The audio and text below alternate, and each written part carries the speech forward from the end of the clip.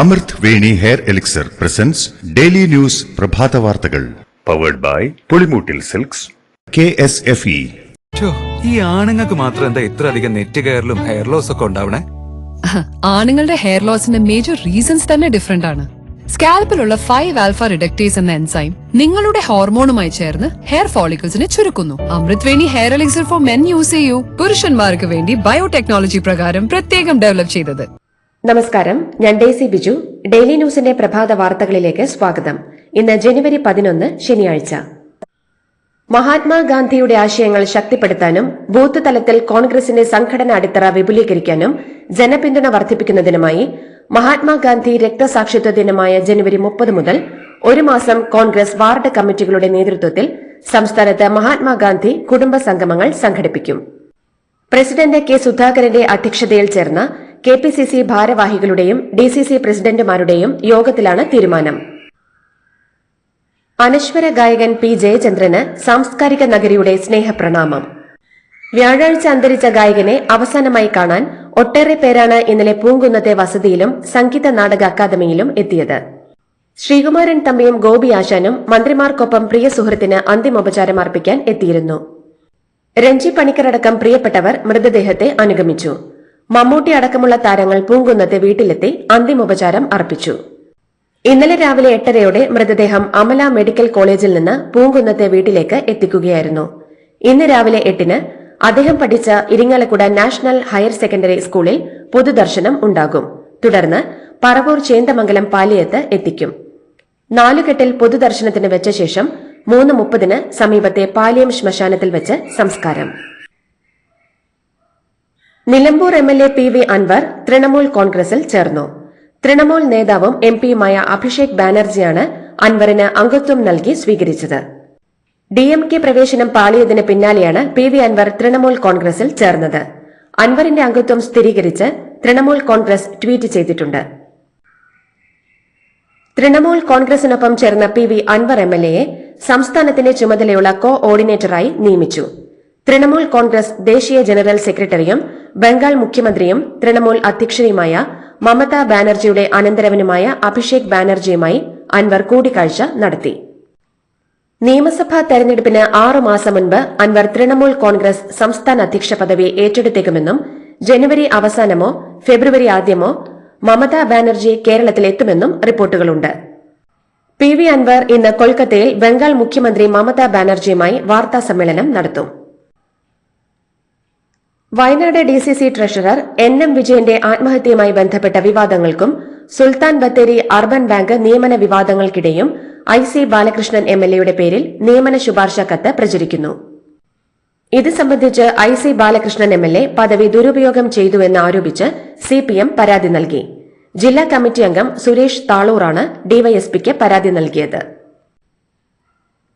Wayanad DCC treasurer NM വിജയന്റെ മരണത്തിൽ പ്രതി ചേർക്കപ്പെട്ടതിന് പിന്നാലെ ഒളിവിലാണെന്ന വാർത്തകൾ നിഷേധിച്ച് IC ബാലകൃഷ്ണൻ MLA. നിലവിൽ കർണാടകയിലാണ് ഉള്ളതെന്നും 2 ദിവസത്തിനുള്ളിൽ വയനാട്ടിൽ വരുമെന്നും IC ബാലകൃഷ്ണൻ പ്രതികരിച്ചു. സുഹൃത്തിന്റെ മകളുടെ വിവാഹത്തിന് വേണ്ടിയാണ് കർണാടകയിൽ വന്നതെന്നും ഒളിവിലാണ് എന്ന വാർത്തകൾ തെറ്റെന്നും നടക്കുന്നത് CPM വേട്ടയാണെന്നും IC ബാലകൃഷ്ണൻ പറഞ്ഞു. വയനാട് DCC ട്രഷറർ NM വിജയന്റെ ആത്മഹത്യയിൽ സംസ്ഥാന സർക്കാരിന്റെ അന്വേഷണം നടക്കട്ടെയെന്ന് കോൺഗ്രസ് നേതൃത്വം. എന്തെങ്കിലും തെളിവുണ്ടെങ്കിൽ പോലീസ് അന്വേഷിക്കട്ടെയെന്നും എന്നാൽ സംസ്ഥാന സർക്കാർ കേസിനെ രാഷ്ട്രീയമായി കാണരുതെന്നുമാണ് പാർട്ടിക്കുള്ളിലെ അഭിപ്രായം. ദുരൂഹ സാഹചര്യത്തിൽ കാണാതായ റിയൽ എസ്റ്റേറ്റ് വ്യാപാരി മാമി എന്ന മുഹമ്മദ് ആട്ടൂരിന്റെ ഡ്രൈവർ രഞ്ജിത്തിനെയും ഭാര്യയെയും കണ്ടെത്തി. എലത്തൂർ സ്വദേശിയായ രജിത് കുമാർ, ഭാര്യ തുഷാര എന്നിവരെ ഗുരുവായൂരിൽ നിന്നാണ് കണ്ടെത്തിയത്. ഇരുവരെയും ഉടൻ കോഴിക്കോട് എത്തിച്ച് കോടതിയിൽ ഹാജരാക്കും. അതേസമയം മാമി തിരോധാന കേസ് അന്വേഷണ സംഘം വല്ലാതെ ബുദ്ധിമുട്ടിക്കുകയാണെന്നുള്ള രജിത് കുമാറിന്റെ വാട്സ്ആപ്പ് സന്ദേശം പ്രചരിക്കുന്നു.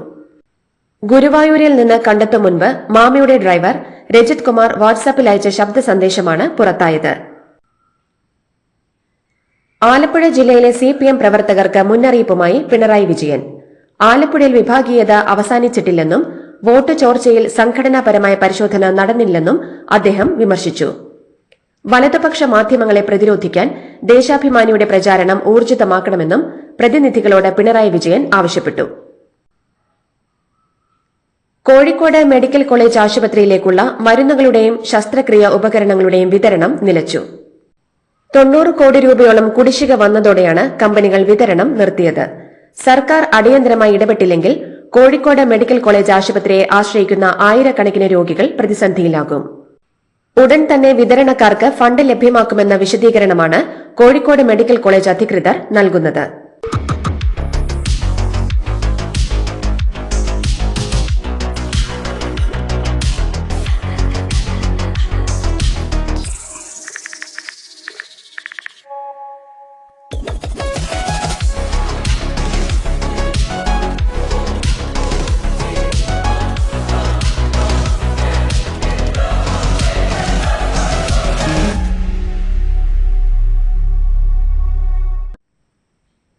തിരുവനന്തപുരം സർക്കാർ മെഡിക്കൽ കോളേജിന്റെ എമർജൻസി മെഡിസിൻ വിഭാഗത്തെ ട്രോമ കെയറിന്റെയും ബേൺസ് ചികിത്സയുടെയും സെന്റർ ഓഫ് എക്സലൻസായി പ്രഖ്യാപിച്ചുകൊണ്ടുള്ള ഔദ്യോഗിക അറിയിപ്പ് മെഡിക്കൽ വിദ്യാഭ്യാസ വകുപ്പിന് ലഭിച്ചു.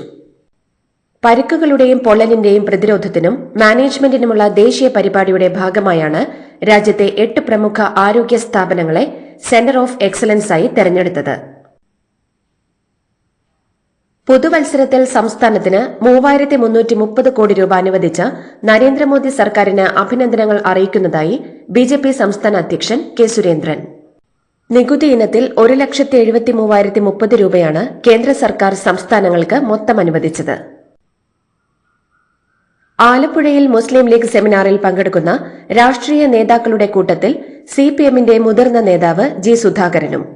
മുസ്ലിം ലീഗ് ജില്ലാ കമ്മിറ്റി സംഘടിപ്പിക്കുന്ന സെമിനാറിലാണ് ജി സുധാകരന്റെ പേര് ഉൾപ്പെടുത്തിയിരിക്കുന്നത്.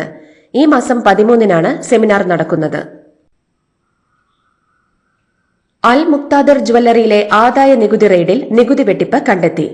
വൻതോതിൽ കള്ളപ്പണം വെളുപ്പിച്ചെന്നാണ് ഇൻകം ടാക്സ് കണ്ടെത്തൽ. കേരളത്തിൽ മാത്രം 380 കോടി രൂപയുടെ നികുതി വെട്ടിപ്പാണ് കണ്ടെത്തിയത്. സംസ്ഥാനത്തെ 30 കടകളിലാണ് പരിശോധന പുരോഗമിക്കുന്നത്. തിരുവനന്തപുരം മടവൂരിൽ 2ാം ക്ലാസ്സുകാരി സ്കൂൾ ബസ്സിനടിയിൽപ്പെട്ട് മരിച്ചു. മടവൂർ ഗവൺമെന്റ് LP സ്കൂളിലെ 2ാം ക്ലാസ് വിദ്യാർത്ഥിനി കൃഷ്ണേന്ദുവാണ് മരിച്ചത്. സ്കൂൾ ബസ്സിൽ നിന്നിറങ്ങി വീട്ടിലേക്ക് നടക്കുമ്പോൾ കേബിളിൽ കാൽ കുരുങ്ങി അതേ ബസ്സിനടിയിലേക്ക് വീഴുകയായിരുന്നു. ആശുപത്രിയിൽ എത്തിക്കും മുൻപ് ജീവൻ നഷ്ടപ്പെട്ടു. വീട് ജപ്തി ചെയ്യാൻ ബാങ്ക് ഉദ്യോഗസ്ഥർ എത്തിയതിന് പിന്നാലെ ആത്മഹത്യയ്ക്ക് ശ്രമിച്ച വീട്ടമ്മ മരിച്ചു. പട്ടാമ്പി കീഴായൂരിലാണ് സംഭവം. ഗവൺമെന്റ് UP സ്കൂളിന് സമീപം താമസിക്കുന്ന കിഴക്കേപ്പുരക്കൽ വീട്ടിൽ ജയയാണ് മണ്ണെണ്ണ ഒഴിച്ച് തീ കൊളുത്തിയത്.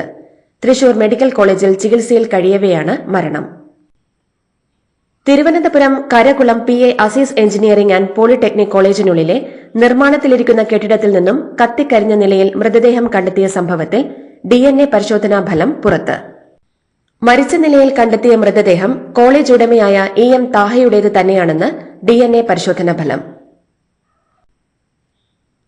നഴ്സിംഗ് വിദ്യാർത്ഥിനി അമ്മു സജീവിന്റെ മരണത്തിൽ പത്തനംതിട്ട ജനറൽ ആശുപത്രിയിലെ ഡോക്ടർമാർക്കും ജീവനക്കാർക്കുമെതിരെ കേസ്. ഹോസ്റ്റൽ കെട്ടിടത്തിന്റെ മുകളിൽ നിന്ന് വീണ് പരിക്കേറ്റ അമ്മുവിന് കൃത്യമായി ചികിത്സ ലഭിച്ചില്ലെന്ന് കുടുംബം പരാതി നൽകിയിരുന്നു. ഇതിൽ അന്വേഷണം നടത്തിയാണ് പോലീസ് പുതിയ കേസെടുത്തത്. 13ാം വയസ്സ് മുതൽ ലൈംഗിക പീഡനത്തിനിരയായെന്ന വെളിപ്പെടുത്തലുമായി 18-കാരി. കഴിഞ്ഞ 5 വർഷത്തിനിടെ 60 പേർ ലൈംഗിക പീഡനത്തിനിരയാക്കിയെന്ന വിദ്യാർത്ഥിനിയുടെ പരാതിയിൽ പത്തനംതിട്ട ഇലവുംതിട്ട പോലീസ് കേസെടുത്ത് അന്വേഷണം തുടങ്ങി. ശിശുക്ഷേമ സമിതിക്ക് മുൻപാകെ പെൺകുട്ടി നടത്തിയ വെളിപ്പെടുത്തലിന്റെ അടിസ്ഥാനത്തിൽ നിലവിൽ 40 പേർക്കെതിരെയാണ് പോക്സോ കേസ് രജിസ്റ്റർ ചെയ്തത്. സംസ്ഥാനത്ത് ഇന്ന് 10 ജില്ലകളിൽ നേരിയ മഴയ്ക്ക് സാധ്യതയുണ്ടെന്ന് കേന്ദ്ര കാലാവസ്ഥാ വകുപ്പിന്റെ മുന്നറിയിപ്പ്. തിരുവനന്തപുരം, കൊല്ലം, പത്തനംതിട്ട, ആലപ്പുഴ, കോട്ടയം, ഇടുക്കി, എറണാകുളം, പാലക്കാട്, മലപ്പുറം, വയനാട് എന്നീ ജില്ലകളിലാണ് മഴയ്ക്ക് സാധ്യത. മോൾക്ക് ബർത്ത്ഡേ ഗിഫ്റ്റ് വാങ്ങണ്ടേ? ഷോപ്പിൽ കൊണ്ടുപോയി ഇഷ്ടമുള്ള വാങ്ങിക്കൊടുക്കാം. അപ്പൊ ഏട്ടൻ വരുന്നുണ്ടോ? ഗിഫ്റ്റ് കാർഡ് വരും. അതെ, ഓരോ ചിട്ടിയിലും ഒരാൾക്ക് 5000 രൂപയുടെ ഗിഫ്റ്റ് കാർഡ് സമ്മാനം. മെഗാ സമ്മാനമാണെങ്കിലോ പുതുപുത്തൻ ബെൻസ് കാർ. 2ാം സമ്മാനം ഇന്നോവ ക്രിസ്റ്റ, അതും 17 ഇത്തവണ സമ്മാനങ്ങളുടെ നക്ഷത്ര തിളക്കവുമായി KSFE ഗാലക്സി ചിട്ടികൾ. കന്യാകുമാരിയിലെ പനച്ചിമൂടിൽ തമിഴ്നാട് പോലീസ് പിടികൂടിയ ലോറികളിൽ ഉണ്ടായിരുന്നത് തിരുവനന്തപുരത്തെ വൻകിട ഹോട്ടലുകളിലെ ഭക്ഷ്യമാലിന്യങ്ങൾ. ലോറികളിൽ ഉണ്ടായിരുന്ന മലയാളികളടക്കമുള്ള 9 തൊഴിലാളികളെ അറസ്റ്റ് ചെയ്ത് ജയിലിൽ അടച്ചു. ഹോട്ടലുകളിലെ മാലിന്യം നീക്കാൻ കരാറെടുത്ത തിരുവനന്തപുരത്തെ ഏജന്റിനെ ഉടൻ പിടികൂടുമെന്ന് തമിഴ്നാട് പോലീസ് അറിയിച്ചു. ഏജന്റിനായി പോലീസ് അന്വേഷണം ഊർജിതമാക്കി. തമിഴ്നാട്ടിൽ സ്ത്രീകൾക്കെതിരായ അതിക്രമങ്ങളിൽ ശിക്ഷ കടുപ്പിക്കുന്നു. സോഷ്യൽ മീഡിയ വഴിയോ നേരിട്ടോ സ്ത്രീകളെ ശല്യപ്പെടുത്തുകയോ ഭീഷണിപ്പെടുത്തുകയോ ചെയ്താൽ 5 വർഷം വരെ തടവും 1 ലക്ഷം രൂപ പിഴയുമാകും ഇനി ശിക്ഷ. നേരത്തെ 3 വർഷം തടവും 10,000 രൂപ പിഴയുമായിരുന്ന ശിക്ഷയാണ് വർദ്ധിപ്പിച്ചിരിക്കുന്നത്. 2 ഉപഗ്രഹങ്ങളെ ബഹിരാകാശത്ത് വെച്ച് കൂട്ടിച്ചേർക്കുന്ന ISROയുടെ സ്പേഡെക്സ് ദൌത്യം വൈകും. ഉപഗ്രഹങ്ങളെ ഇന്നലെ ഉച്ചയോടെ 1.5 കിലോമീറ്റർ പരസ്പരാകലത്തിൽ എത്തിച്ചു. ഇന്ന് രാവിലെ വരെ ഉപഗ്രഹങ്ങൾ ഈ അവസ്ഥയിൽ തുടരുമെന്നും പിന്നീട് അകലം 500 മീറ്ററിലേക്ക് കൊണ്ടുവരാൻ ശ്രമിക്കുമെന്നും ഇസ്രോ അറിയിച്ചു. VD സവർക്കർക്കെതിരായ പരാമർശത്തിലെടുത്ത കേസിൽ ലോക്സഭാ പ്രതിപക്ഷ നേതാവ് രാഹുൽ ഗാന്ധിക്ക് ജാമ്യം. പുനെ കോടതിയാണ് ജാമ്യം അനുവദിച്ചത്. അതേസമയം രാഹുൽ 25,000 രൂപ ജാമ്യത്തുക കെട്ടിവെക്കണമെന്നും ഒരു ആൾ ജാമ്യം ഹാജരാക്കണമെന്നും കോടതി നിഷ്കർഷിച്ചു. ജമ്മു കാശ്മീരിലെ നിയമസഭാ സാമാജികരുടെ അധ്യാപകനായി NK പ്രേമചന്ദ്രൻ MP.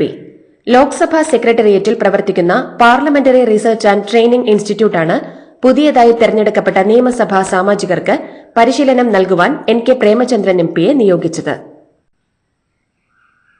സംഘർഷമുണ്ടായ ഉത്തർപ്രദേശ് സംഭലിൽ ഐക്യവും സമാധാനവും നിലനിർത്തണമെന്ന് സുപ്രീംകോടതി. ഇക്കാര്യം സുപ്രീംകോടതി സൂക്ഷ്മമായി നിരീക്ഷിക്കുന്നുണ്ടെന്നും ചീഫ് ജസ്റ്റിസ് സഞ്ജീവ് ഖന്ന പറഞ്ഞു.